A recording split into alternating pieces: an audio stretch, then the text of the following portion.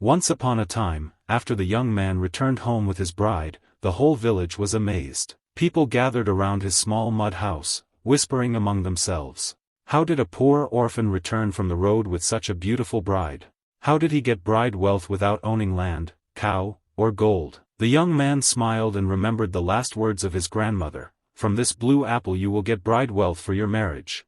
Soon, the story spread from village to village. People began calling him the favored one of destiny. At first, life became peaceful. His bride was kind, hard-working, and wise. She swept the compound every morning, fetched water from the stream, and cooked warm meals for him. Not long after, their home began to prosper.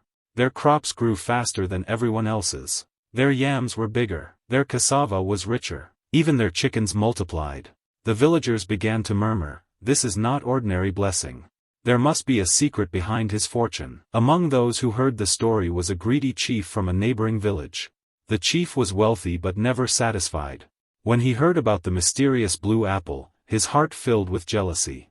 He said, "If one blue apple can bring wealth and a bride, imagine what 10 blue apples can do." The chief summoned the young man. When the young man arrived, the chief sat on his carved throne beneath a leopard skin canopy. The chief asked, "Tell me the secret of your wealth."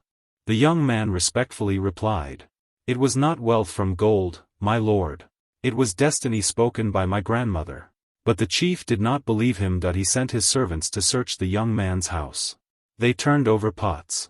They searched the sleeping mat. They dug around the compound. But they found no apple. The chief grew angry. "He hides the magic from me." That night, the chief secretly sent spies to watch the couple. The spies returned with shocking news. Every night, the young man and his wife pray beside the grandmother's grave. The chief smiled wickedly. Then the old woman's spirit must be the source of the blessing. The next night, the chief went himself. Hidden behind the baobab tree, he listened. The young man knelt and said, "Grandmother, your words have come true. Thank you for leading me to my wife." Suddenly, a soft blue light glowed from the grave. The chief's eyes widened. His greed grew stronger. The following morning, the chief ordered the grave to be dug up. But before anyone could stop him, the grave was opened. Inside, lying beside the bones of the old woman, was another blue apple. This one glowed brighter than the first. The chief grabbed it immediately. The young man cried out, "No, that apple is not for you."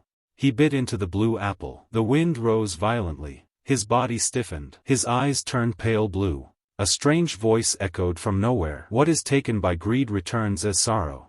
The chief ran back to his palace. The next morning, all his wealth began to disappear. His grain store collapsed. His gold vanished. His servants deserted him. Meanwhile, the young man's home continued to flourish. Soon his wife gave birth to twins, a boy and a girl. The villagers said, "This is the true blessing of the blue apple, not riches, but family, peace, and destiny." But the story does not end there. One night, as the twins slept, a faint blue glow appeared beside their bed. And on the floor, lay 2 tiny blue apples.